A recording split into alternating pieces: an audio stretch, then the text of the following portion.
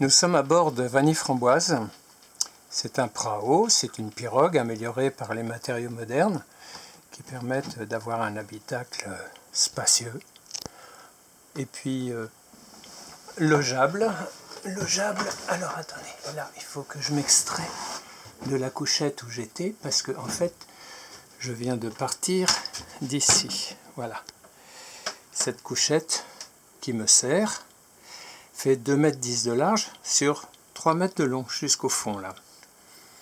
Et en fait, sous cette couchette, il y a des matériaux, je ne sais pas si vous les voyez, qui sont stockés.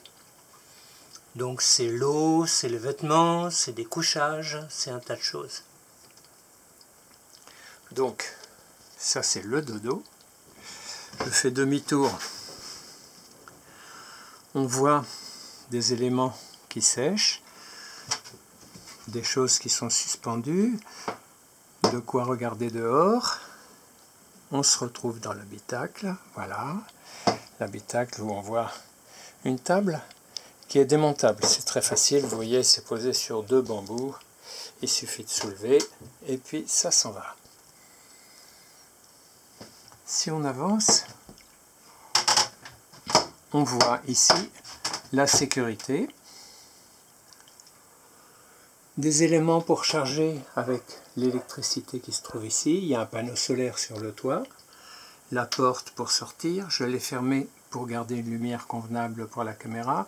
Ici des petites choses qui servent bien, vous voyez, des ranges bidules qui servent pour la navigation, voilà, pour attacher, pour faire un tas de choses. Dans ces endroits-là, derrière ce panneau amovible, il y a des sécurités. Comme la table est là, je ne vais pas vous montrer ce qu'il y a derrière. Ici, ce sont des affaires sèches et propres. En dessous, là, mais vous ne le verrez pas, il y a une voile, il y a des affaires de sécurité encore. Et puis un stock pour pêcher, pour faire un tas de choses. Des vêtements qui traînent, voilà. Si on passe de l'autre côté de l'habitacle, toujours pareil, hein, on part de la couchette où j'étais. Là, ici, sont stockés de quoi manger. Là, vous avez des petits ranges bidules, bien pratiques, parce que des bidules, Dieu sait si on en trimballe. Là, vous avez les éléments de cuisine. Avec en dessous, très joli bruit, voilà, relié à la bouteille qui se trouve là, largement suffisante pour la saison. Au milieu de tout ça, vous avez les cartes, les rangements, les électricités, les cartes, même une éponge qui traîne très bien. Voilà. Ça, quand vous venez de prendre un bain, un petit coup d'eau douce en vaporisation, c'est pas mal du tout. Ici, vous avez la réserve de nourriture fraîche. Bananes, tomates, etc. Voilà. Les oignons, les carottes, les patates. Encore sous mes pieds ici, vous avez les outils. Ça c'est vraiment bien. Ça sert régulièrement. Si je recule encore, ici, vous avez 2 encres et des cordages. Et si je finis le 4e panneau ici, comme il y a du bazar au-dessus, je ne vais pas vous montrer, mais là il y a de l'eau potable. Ma réserve d'eau potable est là. L'eau potable en question, c'est des bouteilles de 5 litres, tout simplement. Voilà. Donc on a fait le tour. On est parti de là-bas, on a reculé, on a fait le demi-tour, etc. On arrive à l'autre bout du prao. Comme je navigue seul, j'ai étalé mes petites affaires. Donc il y a des affaires de peinture, parce que j'aime bien peindre. Il y a la tablette de navigation, des bouquins, voilà. Les affaires de peinture qui sont là. Si je vais voir un petit peu ce qui se passe au fond, eh bien, vous allez voir, je vais me glisser là-dedans. Voilà, ça craque un peu. Les couchages de cet endroit sont stockés ici. Et c'est bien pratique. Et si je vais en dessous de moi, et bien vous voyez, là il y a de l'eau douce, non potable mais douce, et il y a le fer à cheval de sécurité, et pour l'instant c'est un peu vide, mais quand les amis viennent, ça se remplit très vite. Voilà. Voilà, on a fait le tour de Vanille-Framboise. On est parti de là-bas. Et on est arrivé ici.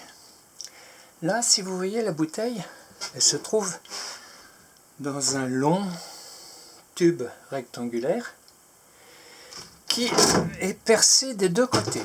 Je vais rentrer dedans. Et regardez au bout, eh bien, ça sort.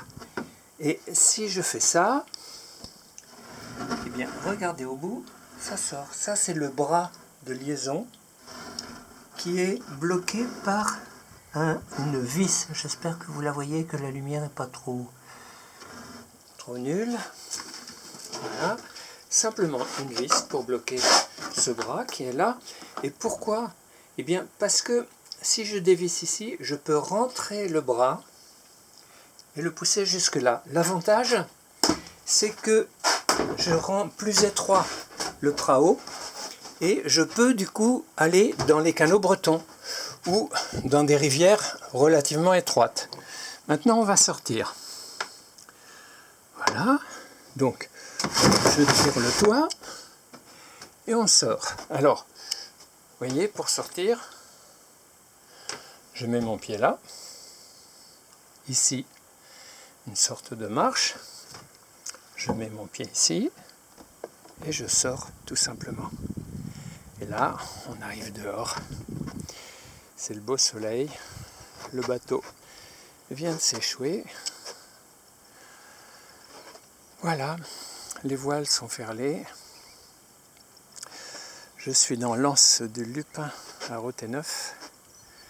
Je pense que je vais y rester quelques jours parce que c'est bien peinard. Et que je vais pouvoir me balader tranquillement. Voilà.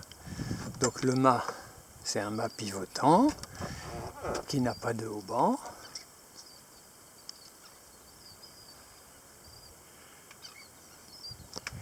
Qui tourne comme on veut, en fonction du vent, qu'on prend à droite, à gauche, devant, derrière. Pas de problème, c'est une girouette. Donc vous en faites ce que vous voulez.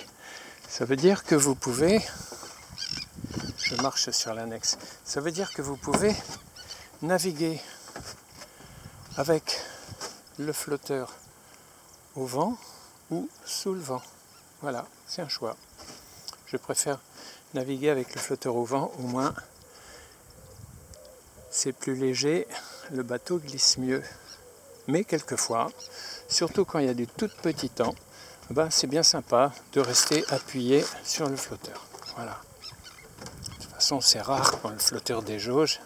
Là, c'est qu'il y a un bon vent. Je viens de descendre de Vanille-Framboise. Voilà. Le bateau dans son ensemble. Alors, les petits détails. Les petits détails, c'est tout con. Hein. Là, vous avez un coffre. Dans ce coffre, il y a les boudins anti-choc. Là, je vous ai montré un bras tout à l'heure. Et vous voyez comment c'est fait. Tout connement. Un écrou là et un deuxième écrou ici. Un écrou ici. Et un deuxième écrou ici. J'espère que je cadre bien et que vous voyez comment c'est fait. Ici, vous avez un rappel pour éviter que les bras partent d'avant en arrière. Ça rend la chose plus solide. Là, vous voyez, c'est une annexe C'est un petit catamaran démontable, bien pratique, sur lequel je pose les seaux et dans lequel je mets un tas de bidules. Là, pour l'instant, il n'y a rien dedans. Mais vous voyez par exemple l'essence qui est là, sous sa tête d'oreiller. Eh bien, quand je ne navigue pas, hop, ça va là-dedans. À l'abri du soleil. 5 chevaux de temps, bien pratique, qui me permet d'aller à 7-8 nœuds, tranquillement. Vraiment, c'est impeccable.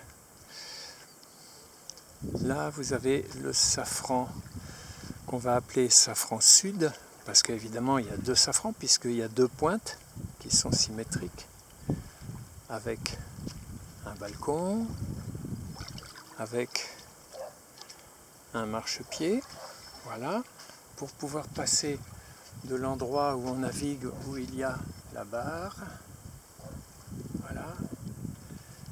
Là, on pose ses fesses. Là, on pose ses pieds.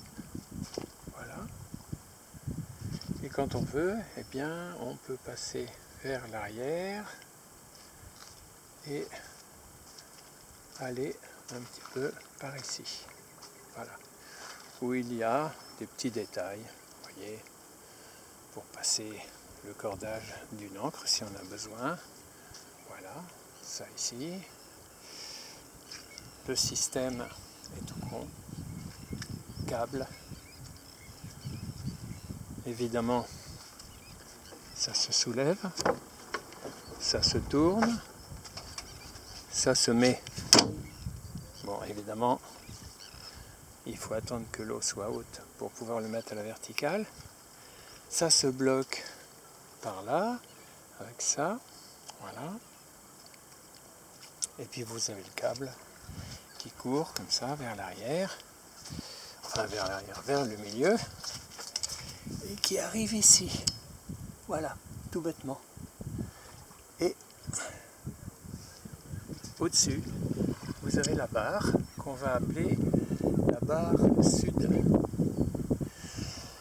Le moteur, lui, est sur une chaise avec une poulie qui monte ou qui descend le moteur. Voilà, tout simplement, avec un guide.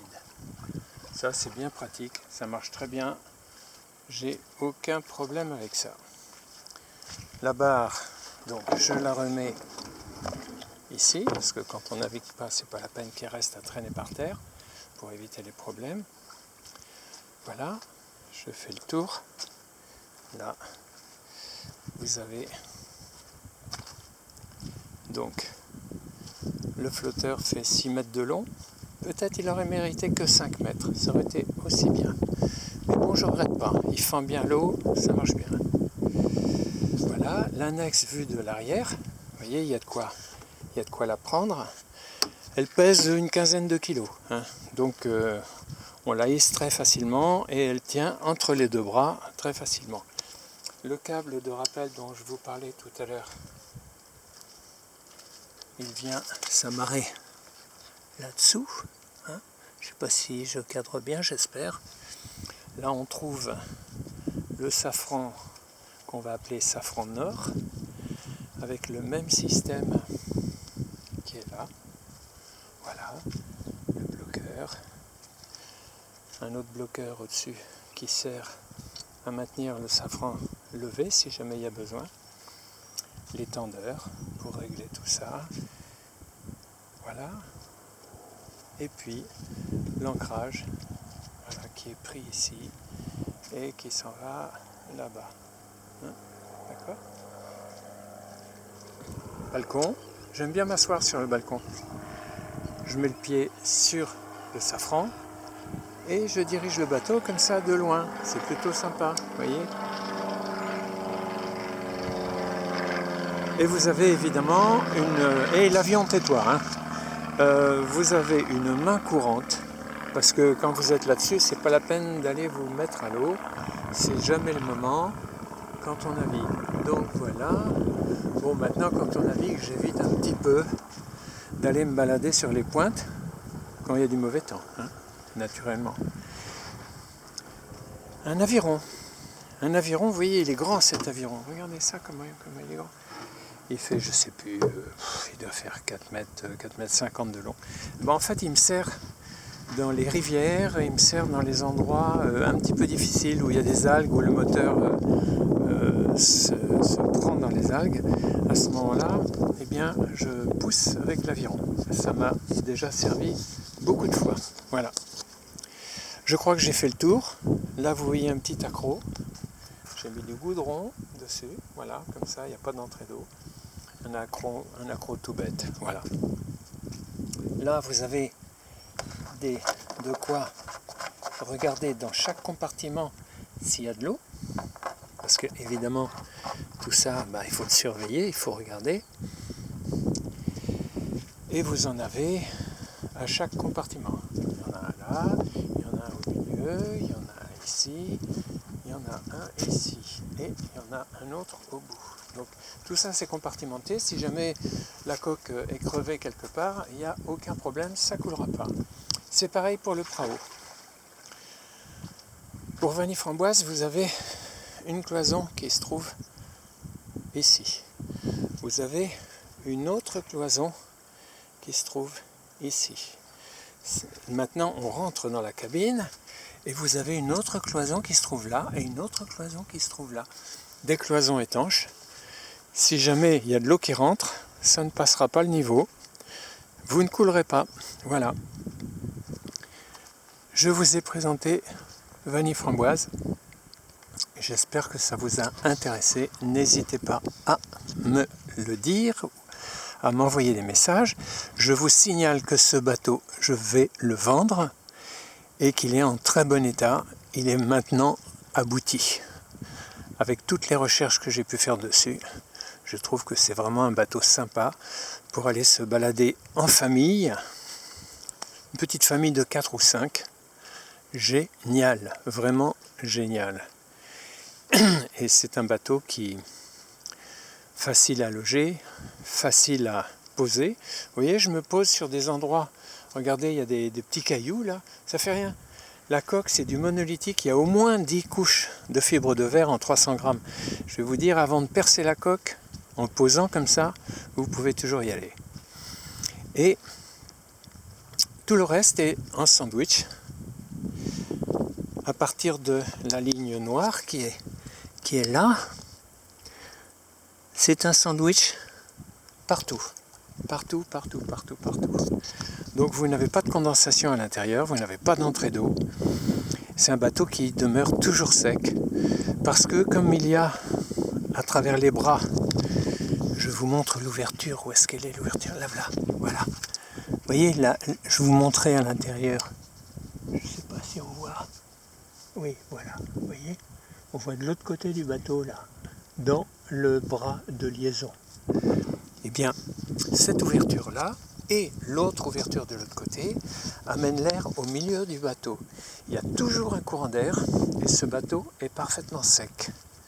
Je trouve que c'est vraiment agréable comparé à tous les bateaux que j'ai pu connaître qui ont toujours ou de la condensation ou de la moisissure. Là, je me trouve vraiment bien. Donc ça veut dire que dans ce bateau, vous pouvez laisser l'hiver, vos vêtements, vos couchages, etc. Et au printemps, en été, quand vous repartez vous balader en famille ou avec des amis, eh bien, il n'y a pas grand-chose d'abîmé. Voilà. Voilà. Eh bien, je vous dis à bientôt. Si vous êtes intéressé par l'achat de ce bateau, n'hésitez pas à me contacter. Voilà, à bientôt.